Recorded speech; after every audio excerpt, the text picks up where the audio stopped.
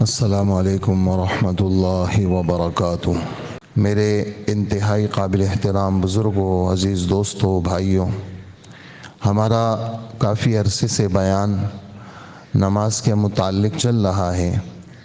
نماز کی بہت ساری چیزیں آپ کی خدمت میں آئیں، پیش ہوئی، اور بہت ساری چیزیں تازہ ہوئی، اور بہت ساری چیزیں جو تذکرے میں آتی ہیں تو خود کہنے والے کو بھی فائدہ ہوتا ہے، سننے والوں کو بھی فائدہ ہوتا ہے، اور عین عمل کے وقت میں اللہ جل جلالہ عمل کے وقت میں اللہ پاک توفیق عطا فرماتے ہیں، اور عمل کو اللہ پاک حضور کے نہج کے مطابق درست فرماتے ہیں۔ اور یہ بات بار بار میں عرض کر رہا ہوں کہ وَذَكِّرْ فَإِنَّ الذِّكْرَىٰ تَنفَعُ الْمُؤْمِنِينَ، آسمانی باتوں کو بار بار دہرانا، ہمارے رب فرماتے ہیں آسمانی باتوں کو بار بار دہرانا، یاد دہانی کرانا ایمان والوں کو نفع دیتا ہے۔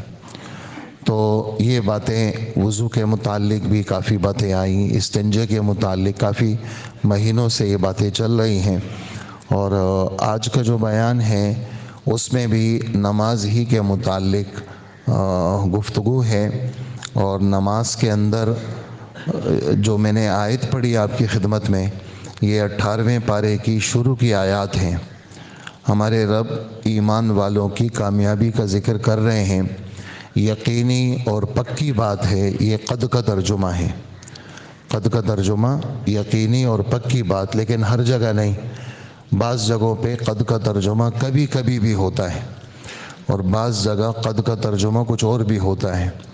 تو عمومی طور پر قد کا جو استعمال ہے وہ تاکید کے لیے، تحقیق کے لیے، کسی بات کو پختہ کرنا، پکا کرنا، اس کے لیے قد کا استعمال ہوتا ہے۔ تو یہاں پر یہ قد کا استعمال یقینی بات کے لیے ہے، یقینی اور پکی بات ہے کہ ایمان والے کامیاب ہو گئے، ایمان والے کامیاب ہو گئے۔ اور یہ فلاح کا جو لفظ ہے، اس کا تعلق اس کامیابی کے ساتھ ہے جس کے بعد کبھی کوئی ناکامی نہ ہو۔ دنیا کے اندر بہت ساری چیزوں میں آدمی کامیاب ہو جاتا ہے، لیکن ڈر لگا رہتا ہے کہ یہ کامیابی ناکامی سے نہ بدل جائے۔ پیسہ ملا ہے تو فقر سے نہ بدل جائے، صحت ملی ہے تو بیماری سے نہ بدل جائے۔ تو یہ دنیا کی چیزیں اس کو فلاح نہیں کہہ سکتے۔ فلاح اس کامیابی کو کہتے ہیں جس کے بعد ناکامی نہ ہو، اور وہ والی کامیابی کیا ہے؟ وہ جنت کی کامیابی ہے۔ وہ کامیابی کیا ہے؟ جنت کی کامیابی ہے، کہ جس کے بعد آدمی ناکام نہیں ہوگا۔ اسی وجہ سے اذان کے اندر جس کامیابی کی طرف بلایا جاتا ہے وہ یہی آخرت کی کامیابی ہے۔ حی علی الصلاۃ، نماز کی طرف آؤ، اور حی علی الفلاح، کامیابی کی طرف آؤ۔ تو کامیابی سے جنت کی کامیابی، اور جنت کے اندر صحت ملے گی تو بیماری نہیں آئے گی، جوانی ملے گی تو بڑھاپا نہیں آئے گا۔ جنت میں کبھی چلے گئے تو پھر واپس نہیں نکالے جائیں گے، یہ بھی عجیب بات ہے۔ جنت میں چلے گئے، ایک دفعہ چلے گئے تو وَمَا هُمْ بِمُخْرَجِينَ، ہمارے رب فرماتے ہیں جنت والے جنت میں جب چلے جائیں گے تو جنت سے ان کو واپس نہیں نکالا جائے گا۔ وَمَا هُمْ بِمُخْرَجِينَ۔ اسی طرح دنیا کے اندر آدمی جیسے اچھی اچھی چیزیں کھاتا پیتا ہے، تو کبھی کبھار اس کو کہتا ہے یار آج جو ہے نا وہ بالکل سادی سی کھانے کو چیز آتا ہے، تو آدمی کی طبیعت اچھی چیزوں سے اچاٹ ہو جاتی ہے۔ ہمیشہ آدمی مزوں میں رہتے تو آدمی کہتا ہے یار یہ چھوڑ دو، کہیں اور چلتے ہیں، اپنی یہ جو زندگی ہماری چل رہی ہے اس کو ذرا چھوڑ دو۔ تو جنت کے اندر جب جنتی جنت میں چلا جائے گا تو دنیا کے اندر تو طبیعت اچاٹ ہو جاتی ہے، انسان کا دل ایک حال پہ نہیں رہتا، وہ دل بدلتا رہتا ہے، چاہتیں بدلتی رہتی ہیں۔ لیکن جنت کے اندر کیا ہے؟ لا یبغون عنہا حولا، جنتی جنت میں چلے جائیں گے، پھر وہ وہاں سے جانا کہ بھئی میری طبیعت یہاں اچاٹ ہو گئی، میں یہاں سے جانا چاہتا ہوں، تو ایسا نہیں ہوگا۔ جنتی جنت سے خود طبیعت ان کی ہٹے گی نہیں، اور اللہ کی طرف سے ان کو ہٹایا بھی نہیں جائے گا۔ تو یہ جنت ہے، اللہ ہم سب کو نصیب فرمائے۔ اور بغیر استحقاق کے نصیب فرمائے۔ ایک تو ہوتا ہے جی میں حقدار ہوں جنت کا اور مجھے جنت ملے، ایک یہ ہے کہ بس اللہ مجھے دے دے بس، اور اللہ پاک میں تو نہ میرے پاس وہ چیزیں ہیں جو اس بڑی کامیابی تک پہنچانے کے اسباب ہیں، بس ہم تو اللہ کے فضل سے اللہ کا فضل مانگیں گے کہ اللہ اپنا فضل دے دے اور ہم سب کو اللہ جنت میں داخلہ دے دے۔ تو ایمان والے کامیاب ہو گئے۔ تو یہ فلاح پہ یہ گفتگو آپ کی خدمت میں آئی کہ فلاح کس کو کہتے ہیں؟ فلاح ایسی کامیابی کو کہتے ہیں جس کے بعد ناکامی نہ ہو، اور کامیابی کی سب سے پہلی سیڑھی کیا ہے، سب سے پہلا قدم کیا ہے کہ جس سے آدمی اوپر تک پہنچ جاتا ہے، وہ پہلا قدم ایمان ہے، المؤمنون۔ باقی بات کے سارے کام کوئی آدمی کرتا ہے جو ابھی آپ کے سامنے بیان ہوں گے، سارے کام کرتا ہے، لیکن وہ آسمانی باتوں کی تصدیق اس کے پاس نہیں ہے، تو اس کے سارے کام بیکار ہیں۔ اس کے سارے کام، وہ بڑا اچھا اخلاق والا آدمی ہے، بڑا بیٹھتا ہے خدا کے سامنے، لیکن آسمانی باتوں کو نہیں مانتا، اس کا ایمان نہیں ہے۔ ساری چیزیں کرتا ہے، وہ بڑا با حیا ہے، وہ بڑا با اخلاق ہے، بڑا خرچ والا ہے، اور بس اس نے پوری زندگی کسی کو نہیں ستایا، لیکن اس کے پاس یہ چیز نہیں ہے، المؤمنون، صفت ایمان نہیں ہے، تو اس کی وہ جتنی چیزیں ہیں وہ سب بیکار ہیں۔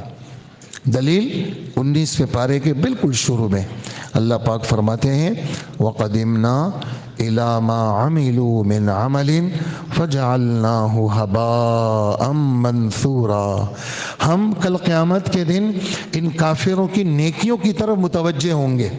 اچھا اتنے بڑے ہاسپٹل بنائے تم نے، اور اتنے لوگوں کی تم نے خدمات کی ہے، اور یہ تم نے یہ لوگوں کو نفع پہنچائے، اور لیکن تمہارے پاس چونکہ ایمان نہیں تھا، تو ہم کیا کریں گے؟ ان کے ان تمام نیکیوں کو، جس کو وہ اپنی نجات کا سبب اگر سمجھتے ہوں، تو کیا کر دیں گے؟ ہباء منثورا۔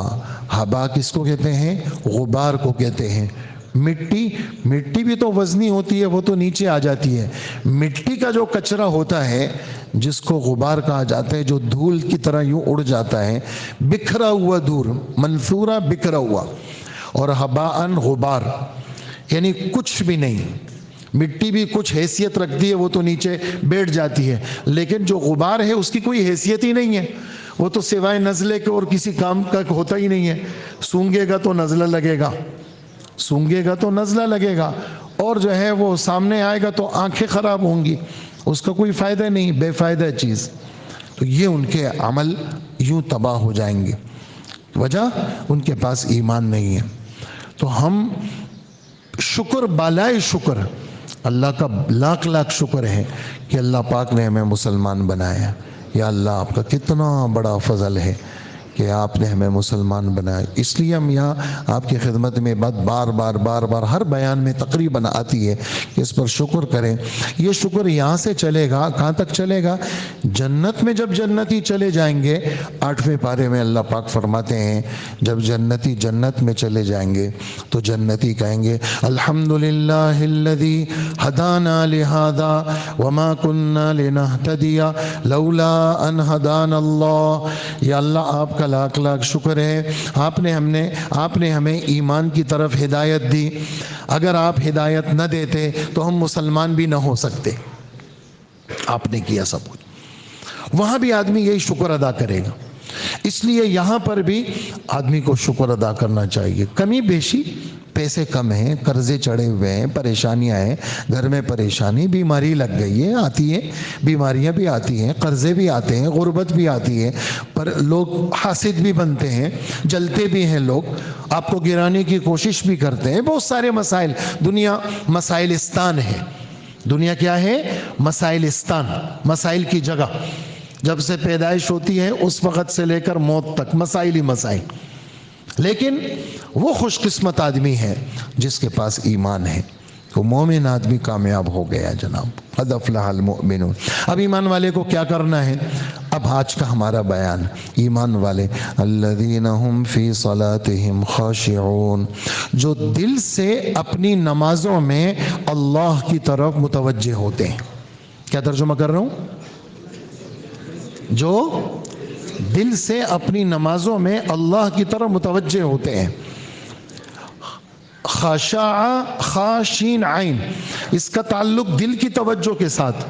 خاضع خاضاد عین، ہم پڑھتے ہیں اردو کے اندر بڑے بڑے خشوع اور خضوع والی نمازیں ہے نا، اردو میں سنتے ہیں نا، خشوع شین کے ساتھ. اس کا مطلب ہے اس کا دل نماز کی طرف متوجہ ہے. اور خضوع ذات کے ساتھ، خا ضاد عین خضوع، اس کا تعلق اعضاء کے ساتھ، اس کے اعضاء کو سکون ہے. تو دل بھی اللہ کی طرف متوجہ. یہ کب ہوگا؟ جب آدمی اللہ کا نام لے گا، تسبیحات کرے گا. ہاں، وقت نکالنا پڑے گا، ہے نا. بچوں کے لیے جی وقت پارک لے گئے، جی اتنی بڑی داڑھی ہے جناب، او بڑی عمر ہے، بچوں کے ساتھ کرکٹ کھیل رہے ہیں. کیوں؟ ہم میرے بچے ہیں، ہفتے بھر مدرسوں میں مسجدوں میں اور اسکولوں میں ہوتے ہیں، آج میں اتوار کا دن ہے، بچوں کے ساتھ کرکٹ کھیل رہا ہوں. بچوں کو وقت دیا جی، کون منع کرتے؟ آج جی بچوں کو لے گیا، کافی دنوں کے بعد ہوٹل لے گیا، کھانا کھانے چلے گئے، پارک لے گئے، بچوں کو جھولا جھلا رہے، بچوں کو وقت دیا، دکان کو وقت دیا، کاروبار کو وقت دیا. ایسے ہی اللہ کو بھی وقت دینا ہے. کس کو وقت دینا ہے؟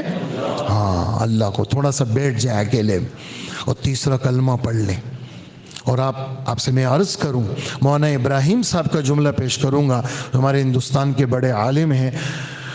فرماتے ہیں بعض اوقات ایسے ہیں جس میں اللہ خود چاہتے ہیں کہ بندہ مجھے یاد کرے. کیا؟ آپ کی زبان سے دوہرا رہا ہوں تاکہ آپ کو یہ بات بھولے نہیں. بعض اوقات ایسے ہیں کہ اللہ خود چاہتے ہیں بندہ مجھے یاد کرے. سبح بحمد ربک قبل طلوع الشمس وقبل غروبها. سورج کے طلوع سے پہلے نماز ختم ہوگی، 7 بجے 5:07 میں سلام پھیرا، 15 منٹ باقی ہے، بیٹھ جاؤ، تھوڑا سا خدا کو یاد کر لو. اٹھ گئے ہو صبح 5 بجے اٹھ گئے، وضو استنجا کر کے وہ جا کر کے ابھی آدھا پون گھنٹہ باقی ہے، 2-4-6 رکعت پڑھ لو، تھوڑا سا اللہ کو یاد کر لو، تھوڑے سے آواز سے اللہ کو یاد کرو، ایسی آواز یہ آپ کے کان سنیں. تیسرا کلمہ پڑھو مزے لے لے کر کے، سبحان اللہ والحمد للہ ولا الہ الا اللہ واللہ اکبر. جب آدمی یہ دھیان سے پڑھے گا، میں آپ کو سچ کہتا ہوں، یہ ادھر ادھر کی جو فکریں چھیڑ چھاڑ کر رہی ہے نا، یہ بھی بھرا ہوا، یہ بھی بھرا ہوا، یہ بھی غمگین، یہ بھی غمگین. ہر وقت سوچ، سو رہا ہوں تو سوچ، اٹھ رہا ہوں تو سوچ، غریب کو بھی سوچ، امیر کو بھی سوچ، بچے کو بھی سوچ، بڑے کو بھی سوچ، عورت کو بھی سوچ، مرد کو بھی سوچ، سب سوچوں میں غرق. سوچ کا ایک ہی علاج، وہ کیا؟ اللہ کا نام سکون کے ساتھ لو. ڈپریشن بھول جائیں گے. ڈپریشن کیا کس کو کہتے ہیں؟ آپ کو تعریف ہی نہیں آئے گی، بے ڈپریشن میں چلا گیا. ڈپریشن کیا؟ سوچوں کی کثرت، نیند اڑ گئی، گولیاں کھلاتے ہیں ڈاکٹر کے، سوتا رہے بس 20 گھنٹے، پھر اٹھے گا، پھر ٹینشن میں آئے گا. تو وہ اصلی نیند نہیں ہے، وہ گولیوں کی نیند ہے. تو نماز میں دھیان، دل کا دھیان ملے گا، وہ اللہ کی یاد سے ملے گا. تھوڑا سا وقت نکالیں. ہم آپ کو عدد میں نہیں گھراتے کہ آپ 100 دفعہ پڑھیں اور 300 دفعہ پڑھیں، نہ پڑھیں عدد میں. بس آپ بیٹھ جائیں اور اللہ کا نام لینا شروع کر دیں، جو میں نے جس طریقے سے میں نے لیا. اور ایسے ہی درود شریف، اللہم صلی علی سیدنا محمد، مختصر درود شریف، اللہم صلی علی سیدنا محمد. جتنی آپ کی مرضی ہو پڑھ لیں، صبح پڑھ لیں، شام میں پڑھ لیں. اور استغفار، گناہوں کی معافی، جو الفاظ آپ کے لیے آسان ہو. استغفر اللہ ربی من کل ذنب واتوب الیہ، آپ کو جو الفاظ آتے ہوں صبح اور شام. کیا ہوگا اس میں؟ دل کو دھیان ملے گا. اور دل پھر صرف نماز میں دھیان والا نہیں ہوگا، 24 گھنٹے دھیان والا بنے گا. آپ اس وقت میں اللہ کی یاد شروع کر لیں، آپ محسوس کریں گے آپ کو عام حالات کے اندر بھی اللہ سامنے رہیں گے. یہ ایک اہم ترین بات ہے کہ بھئی مسجد میں خدا سامنے ہے، عمل میں سامنے ہے، باقی بار دکانداری کے اندر خدا سامنے نہیں، دکانداری میں بھی اللہ سامنے رہے، یہ بھی آپ کو ملے گا۔ کس کی برکت سے؟ ذکر کی برکت سے۔ تو ایمان والوں کے دل وہ نماز میں اللہ کی طرف متوجہ ہوتے ہیں۔ یہ ہمارا آج کے بیان کا وہ ہے مضمون ہے کہ دل، اس کا تعلق خشوع، اس کا تعلق دل کے ساتھ، خضوع اس کا تعلق اعضاء کے ساتھ، دونوں پر محنت کی ہے، اور پیار سے بھی سمجھایا ہے، ڈانٹ سے بھی سمجھایا ہے۔ اپنے اعضاء کو سکون دو۔ افلح صحابی ہیں، نام بڑا اچھا ہے، نوٹ کر سکتے ہیں، صحابی کا نام بھی ہے اور ترجمہ ہے بہت بڑا کامیاب۔ افلح، حمزہ یعنی الف فا لام اور ہا، افلح، افلح بڑا کامیاب صحابی کا نام ہے۔ یہ فرما رہے ہیں کہ میں سجدہ کر رہا تھا، نیچے مٹی تھی تو میں یوں پھونک رہا تھا تاکہ میں مٹی ہٹے، میں اس پہ سجدہ کروں۔ تو فرمایا افلاح ترب وجہ کا، افلاح اپنی پیشانی کو خاک آلود کرو، عاجزی اس میں ہے، ہاں بہت زیادہ پھونک پھانک کے ساتھ کام مت لو۔ کنکر بچھائے جاتے تھے، اب تو قالینیں ہیں، مسلح ہیں، چیزیں ہیں، کنکر بچھائے جاتے تھے، تو وہ کنکروں کو، نماز پڑھ رہے ہیں سجدے میں جاتے ہوئے کنکروں کو ٹھیک کر، اللہ کے رسول کنکروں کو ٹھیک کر سکتا ہوں؟ تو فرمایا اگر بہت زیادہ چبھن ہو، ایک دفعہ کی اجازت ہے کہ کنکر کو سجدے کی جگہ پہ ٹھیک کر دو، بار بار اجازت نہیں ہے۔ نقل و حرکت کی نماز میں اجازت تھی۔ السلام علیکم، باہر سے کوئی بندہ آتا، حضور نماز پڑھتے تو اللہ کے رسول ایسا کرتے، جواب دیتے سلام کے ساتھ۔ باہر سے کوئی بندہ آتا، سلام کرتے، اللہ کے رسول وعلیکم سلام بھی کہتے۔ حضرت عبداللہ ابن مسعود رضی اللہ عنہ فرماتے ہیں، ہم کافروں کی تکلیفوں سے تھک کر کے حبشہ ایتھوپیا ہم نے ہجرت کی، واپس جب ہم آئے حضور نماز پڑھ رہے ہیں، اور میں نے کہا میں حضور کو سلام کروں، تو میں مسجد میں گیا، حضور نماز پڑھ رہے تھے، تو میں نے، چونکہ ہم حبشہ سے آنے سے پہلے سلام کرتے تھے، آپ وعلیکم سلام کہتے تھے، ابھی میں نے سلام کیا، نہ حضور نے ہاتھ سے جواب دیا، نہ اللہ کے رسول نے زبان مبارک سے کچھ کہا۔ میں بیٹھ گیا پیچھے، اور مجھے وسوسوں نے گھیر لیا، کیا کہ میرے بارے میں کوئی آسمانی چیز اتری ہے، اللہ کے رسول مجھ سے ناراض ہو گئے، مجھے آگے پیچھے گناہوں نے، کہ بھئی کوئی گناہ ہوا ہے اور بس حضور کو پتہ چل گیا، اللہ نے بتا دیا، بس تیری خیر نہیں ہے۔ کیوں؟ حضور نے جواب نہیں دیا تمہیں۔ بڑوں کی ناراضگی سے آدمی کو ڈرنا چاہیے۔ ابا بات نہیں کر رہے، آج کل بچے خوش ہو جاتے ہیں، اچھا ہے 3-4 دن کے لیے چھٹی ہو گئی، ہاں ہر وقت ڈانٹتے رہتے ہیں نا، اب تھوڑے سے ناراض ہو گئے تو 3-4 دن کے لیے جو ہے نا باتیں سننے بند ہو جائیں گی، بچے خوش ہو جاتے ہیں۔ استاد ناراض ہو جائے، طلبہ خوش ہو جاتے ہیں، کہہ رہے ہیں بہت اچھا ہوا ناراض ہو گئے۔ اور اس وقت، اور ہم بچپن میں اپنے بڑوں کی ناراضگی ہم لوگ نہیں برداشت کر سکتے تھے۔ ابا ناراض ہو گئے، بھئی بس آگے پیچھے ان کے معافی کا کوئی انتظام کرو تاکہ ابا خوش ہو جائے اور معاف کر دے۔ تو میں بیٹھ گیا، حضور صلی اللہ علیہ وسلم، بس اتنی دیر میں تو بس میری حالت خراب ہو گئی، پریشانی نے مجھے گھیر لیا۔ آپ نے سلام پھیرا تو آپ نے فرمایا عبداللہ، اللہ کی مرضی ہے، اپنے احکامات میں سے ان اللہ یحدث فی امرہ ما یشاء، اللہ اپنے حکموں میں جو چاہے تبدیلی کر لے۔ پہلے سلام کے جواب کی اجازت تھی، ہاتھ کے اشارے سے اجازت تھی، اللہ نے سب چیزوں سے منع کر دیا۔ کیوں؟ اور اللہ پاک فرماتے ہیں نماز کیا ہے؟ تلاوت، اللہ کا ذکر، اللہ کا نام، بس فَلْيَكُنْ ذَلِكَ شَأْنَكَ، بس نماز میں یہی چیزیں ہونی چاہیے، نماز میں ادھر ادھر کی کوئی چیز نہیں ہونی چاہیے۔ نماز تو نماز ہے، نماز گپ تو نہیں ہے، مذاق تو نہیں ہے۔ آپ کی برکت سے یہ توجہ صحابہ کو ایسی ملی تھی، آپ کی برکت سے یہ توجہ صحابہ کو ایسی ملی تھی کہ صحابی گھر میں نماز پڑھ رہے ہیں، کچی کچی چھتیں ہیں، بچہ سو رہا ہے پاس میں، اوپر سے سانپ گرا، اور وہ بچے سے لپٹ گیا، کوہرام مچ گیا گھر میں، بیوی چیخنے لگی اور باہر سے محلے والے آئے، سانپ کو ہٹایا، سانپ کو مارا، اور یہ آرام سے نماز پڑھ رہے ہیں۔ یہ باتیں آپ سن رہے ہیں، ہم کہتے ہیں یار یہ ایسے ہی ہے بس، ہاں، لیکن یہ ایسے ہی نہیں ہے، یہ حقائق ہیں۔ اگر یہ ایسی ہوتی تو سچی کتابوں میں اس کا ذکر نہیں ہوتا۔ تو نماز سلام پھیرنے کے بعد یہ صحابی پوچھتے ہیں کچھ شور کسی آواز تھی، کیا تھا؟ تو بیوی نے کہا اللہ آپ پہ رحم کرے، بچی کی جان تو جا چکی تھی، سانپ لپٹ گیا تھا، لوگوں نے آ کر کے سانپ کو مارا ہے، اور آپ کو کہنے لگے اللہ کی قسم مجھے پتہ ہی نہیں چلا۔ یہ کیفیت تھی۔ ایک مہاجری انصاری پہرے پہ ڈیوٹی لگی، آپ نے فرمایا یہاں سے دشمن کا خطرہ ہے، یہاں تم لوگ ڈیوٹی دینا۔ ایک صحابی سو گئے، دوسرے نے نیت باندھی، دشمن نے دور سے دیکھا، ایک تیر مارا، وہ ان کے بدن میں گھسا باقاعدہ، انہوں نے ہٹایا، نماز چل رہی ہے، 3-4 تیر لگے ان کو اور خون بہہ رہا ہے ان کا۔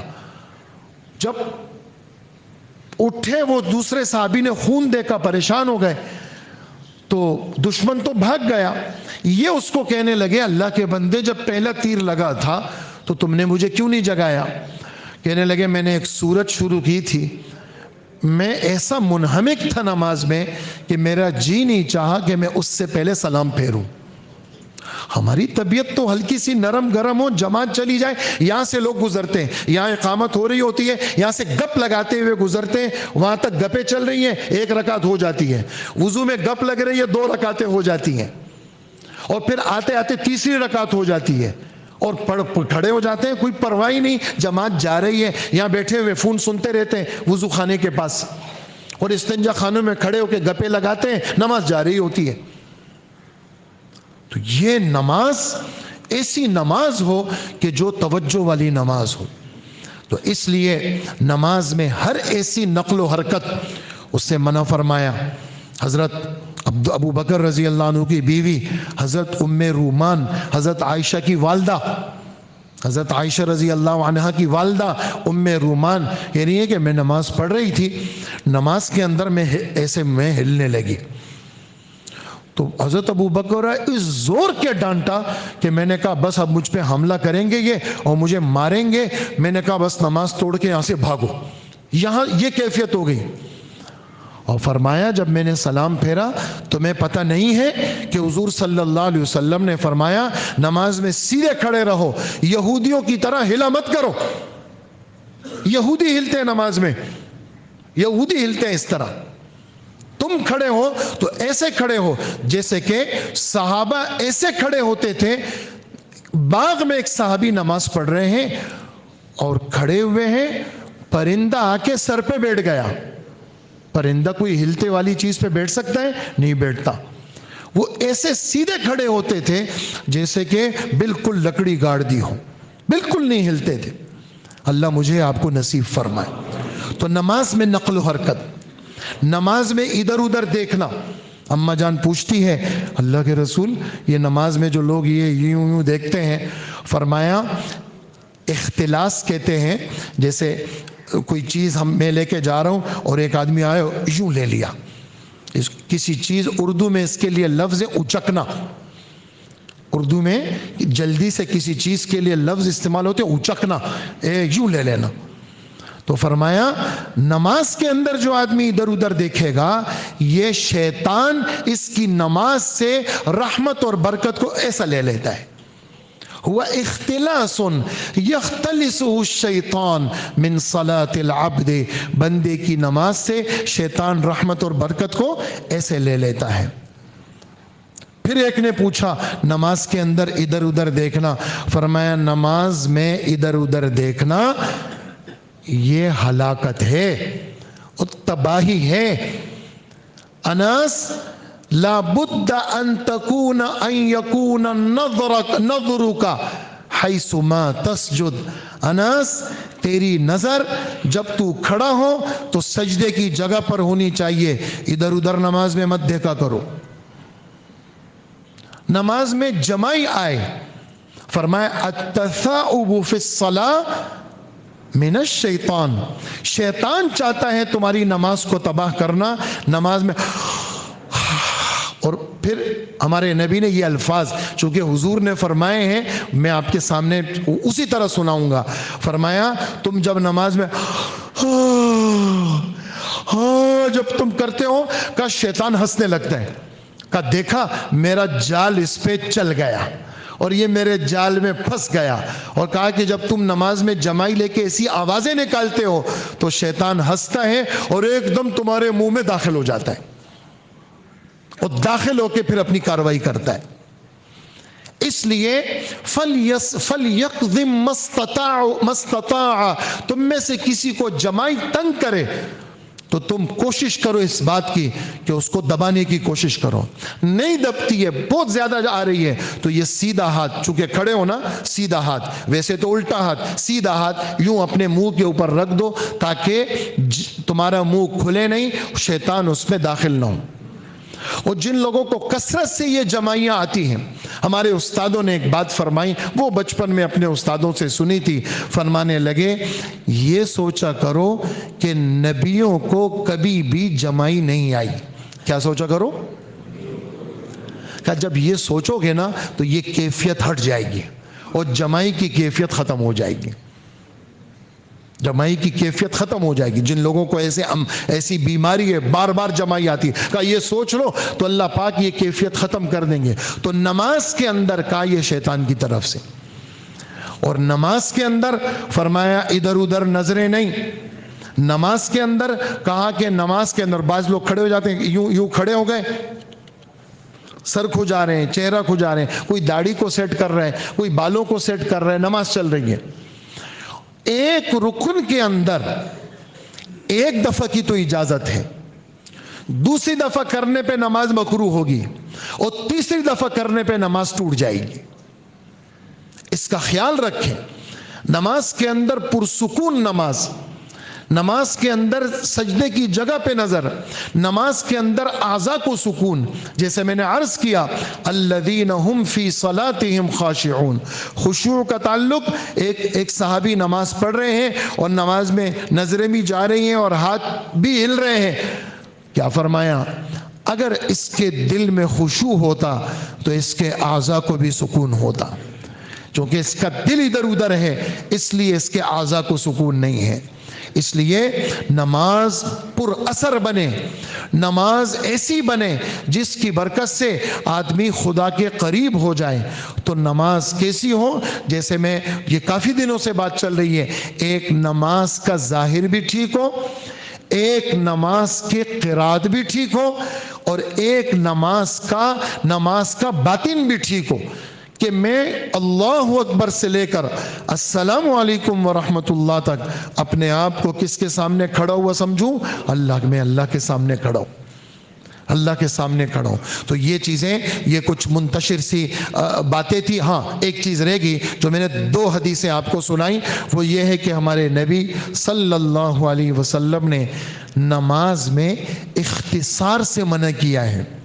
اختصار کس کو کہتے ہیں؟ کہ نماز چل رہی ہے اور اپنے کوکھ پہ ہاتھ رکھنا، ایسے نماز کے اندر اپنے کوکھ پہ ہاتھ رکھنا. کوکھ یہ پسلیوں کے نیچے والے حصے کو کہا جاتا ہے، سرین سے اوپر پسلیوں کے نیچے.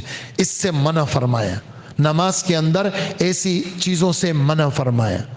اور کیا فرمایا؟ فرمایا دوزخ میں جب دوزخی کھڑے کھڑے تھک جائیں گے تو یہ دوزخی اس طرح کر کے راحت حاصل کریں گے. کہا کہ نماز کے اندر تم یہ حرکت کرو گے تو یہ دوزخیوں کی مشابہت ہے نماز کے اندر. اور فرمایا یہودی نماز کے اندر، یہودیوں کی عادت ایسے، یہ متکبروں کی عادت ہے یہ کرنا. کہا کہ یہودی چونکہ دوزخی ہیں، ان کی چونکہ یہ حرکت ہے، اس لیے تم نماز میں ایسی چیزوں سے بچ کے رہنا. نمبر 3، شیطان جب جنت سے اتارا گیا اور اس کو دھتکارا گیا اور فرمایا اخرج فإنک رجیم، جاؤ دفع ہو جاؤ تو مردود ہے. جب یہ زمین پہ اترا تو یہ ایسے اترا، اس نے ہاتھ یہاں رکھے تھے. تو یہ اچھے لوگوں کی علامت نہیں ہے، یوں ہاتھ رکھ کے چلنا یہ اچھے لوگوں کی نشانی نہیں ہے۔ اسی طرح تم میں سے کسی نے گھر سے وضو کیا اور مسجد کے لیے آ رہا ہے، ڈرائیو کر رہا ہے، گاڑی چلا رہا ہے، پیدل آ رہا ہے، فرمایا وہ ایسا نہ کرے، ایک ہاتھ کی انگلیاں دوسری ہاتھ کی انگلیوں میں نہ ڈالے، صف میں بیٹھا ہوا ہے نماز کے انتظار میں، ایسا نہ کرے۔ یہ کیوں فرما رہے ہیں؟ فرمایا کہ یہ آدمی چونکہ گھر سے چلا ہے، اس کی نماز شروع ہو گئی، وضو کے بعد اس کی نماز شروع ہو گئی، ابھی آپ نماز میں نہیں ہیں، میں بھی نماز میں نہیں ہوں، لیکن چونکہ ہم نماز کے انتظار میں ہیں تو ہم سب کو نماز کا ثواب مل رہا ہے۔